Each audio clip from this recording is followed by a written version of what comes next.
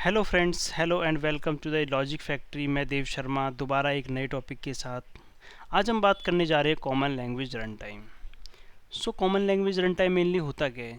So common language run time we can say एक set of components होते हैं, मतलब एक ग्रुप होता है जहाँ पर मल्टीपल कंपोनेंट्स अपना वर्क करते हैं। एक बाउंड्रीज होती है जिसके अंदर कॉमन लैंग्वेज रन टाइम अपना काम करता है।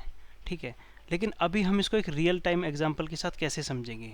हम सपोज करते हैं एक फैक्ट्री होती है। फैक्ट्री के अंदर क्या होता है, मल्टीपल यूनिट्स होती हैं। हर यूनिट्स का अपना अपना अलग अलग काम होता है। तो यहाँ पर हम ऐसे समझते हैं कि जिस प्रोडक्शन यूनिट होती है जहाँ पर कोई भी प्रोडक्ट बनता है, उसका अपना एक अपना अलग काम होता है। वो हर अदर यूनिट से एकदम इंडिविजुअल वर्क करता है। तो ये तो हो गया प्रोडक्शन डिपार्टमेंट की बात हम यहाँ पर करते हैं। अगर हम पैकेजिंग की बात करें, जो कि दूसरा डिपार्टमेंट है, इसका अदर डिपार्टमेंट से कोई मतलब नहीं है, ये सिर्फ पैकिंग का काम करता है। तो यहाँ पर क्या होता है कि ये पैकेजिंग यूनिट का काम करते हैं। इसके बाद अगर हम आगे बढ़ते हैं तो एक और डिपार्टमेंट होता है जो उसको प्रोडक्ट को पास करने का काम करता है। इसी प्रकार हम ये तो क्या होता है कि इसमें एक ग्रुप ऑफ यूनिट्स हैं जहाँ पर हर यूनिट अपना अलग अलग काम करने के लिए रिस्पॉन्सिबल है। ओके, सो सी कॉमन लैंग्वेज रन टाइम भी इसी वे में वर्क करता है। कॉमन लैंग्वेज रन टाइम का मेन काम क्या होता है कि एक स्पेसिफिक कोड को एक मशीन अंडरस्टैंडेबल कोड में कन्वर्ट करना, जिसको हम बाइनरी कोड भी कहते हैं। कोड हम मेनली क्या करते हैं, हम उसको डॉट नेट में काम करते हैं। ठीक है, अब हम बात करते हैं कॉमन लैंग्वेज रन टाइम को। कॉमन लैंग्वेज रन टाइम क्या होता है? आपको जैसा कि पता है कि एक dot net multiple language support करता है, मतलब हम अपने कोड को मल्टीपल लैंग्वेज में डॉट नेट के अंदर राइट कर सकते हैं। ओके, आप समझते हैं यहाँ तक? अगर हम बात करते हैं अब, अगर सी शार्प में कोई डेवलपर काम करता है, तो क्या होता है, सी शार्प का अपना अलग कंपाइलर है। वो उस कोड को, सी शार्प कंपाइलर एक MSIL एक कॉमन कोड है जहाँ पर उसको वो कन्वर्ट कर देता है। सेम VB डॉट नेट के साथ होता है, जी शार्प डॉट नेट के साथ होता है, और कोई भी अदर लैंग्वेज जो भी डॉट नेट को सपोर्ट करती है, तो उसमें हम उस पर बात करते हैं। हर लैंग्वेज का अपना इंडिविजुअल कंपाइलर होता है। ओके, अभी क्या होता है, हर कंपाइलर उसको एक कॉमन कोड होता है MSIL, उसमें कन्वर्ट करता है। ठीक है, MSIL कोड यहाँ पर मीटा डेटा क्या होता है, it's information about the MSIL code और अबाउट द असेंबली। मीटा डेटा के अंदर क्या होता है, इन्फॉर्मेशन होती है, आपके MSIL कोड की डिटेल्स होती हैं।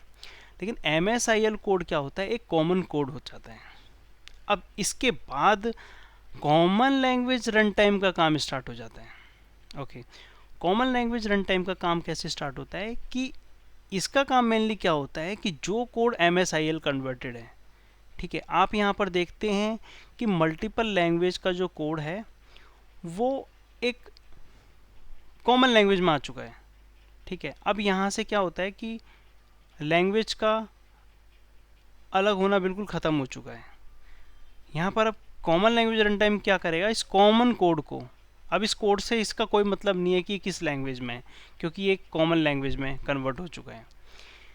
अब यहाँ पर क्या होता है, कॉमन लैंग्वेज रन टाइम इस कोड को, MSIL कोड को कन्वर्ट करता है नेटिव कोड में। नेटिव कोड क्या होता है, एक ऐसा कोड होता है जिसको आपका लैपटॉप या कंप्यूटर समझ पाता है, सीधी भाषा में।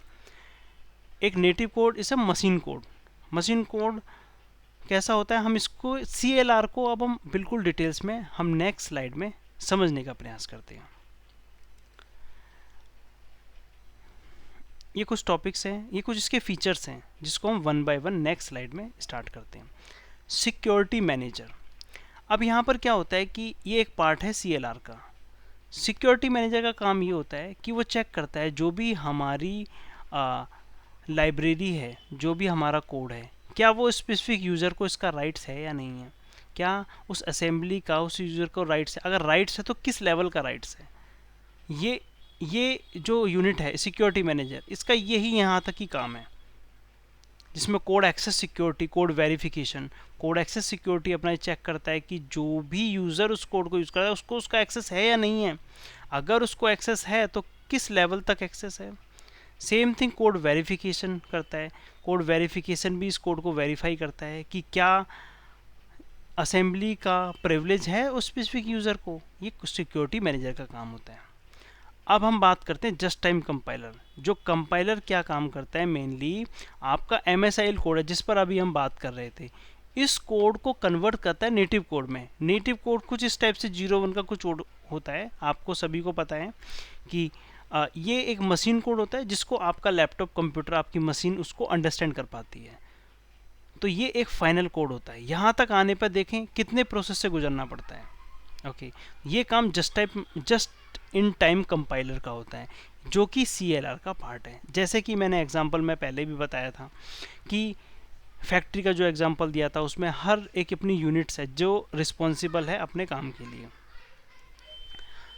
अब यहाँ पर आता है मेमोरी मैनेजर। मेमोरी मैनेजर का क्या काम होता है, मेनली इसका क्या काम होता है कि ये हम वेरिएबल जो भी डिक्लेयर करते हैं, ओके, उसके लिए मेमोरी एलोकेशन करना, ठीक है, किस टाइप का है, ये काम जो है मेमोरी मैनेजर का अपना काम होता है। इट्स सिंपल, जिस टाइप का भी हम वेरिएबल डिफाइन करते हैं, ये इसका काम मेमोरी एलोकेट करना होता है mainly. It's also a part of CLR। अब आते हैं एक्सेप्शन मैनेजर के पास। एक्सेप्शन मैनेजर ये भी अपनी एक अलग यूनिट है, एक अपना अलग कंपोनेंट है, जिसका काम क्या है कि कोई भी कोड की, किसी भी कोड की कोई एक्सेप्शन आती है उसको हैंडल करना। ये काम एक्सेप्शन मैनेजर का अपना काम है।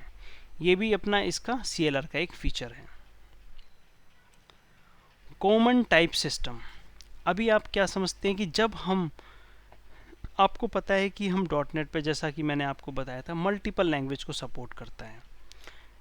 अभी क्या होता है कि अगर मैंने किसी कोड को C# में INT लिखा हुआ है, हम किसी भी वेरिएबल को डिक्लेयर करते हैं C# में INT, इंटीजर के लिए डिक्लेयर करते हैं, लेकिन VB.NET में हम इंटीजर को पूरा लिखना पड़ता है।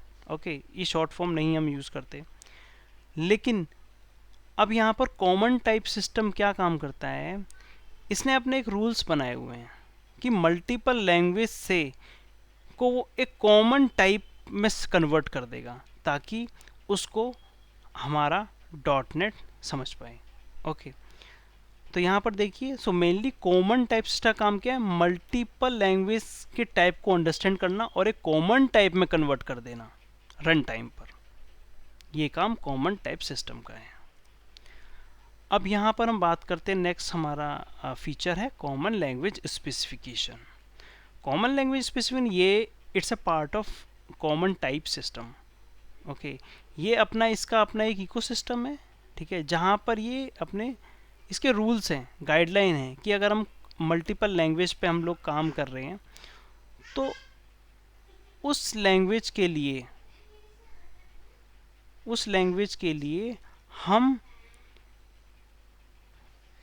ये इंश्योर करता है कि जो भी हमारा मल्टीपल लैंग्वेज से कन्वर्जन हो रहा है उसके लिए अपनी गाइडलाइंस, एक रूल सेट करता है जहाँ पर मल्टीपल लैंग्वेज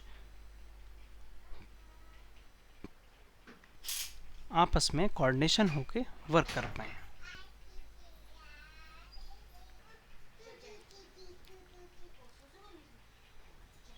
थैंक यू।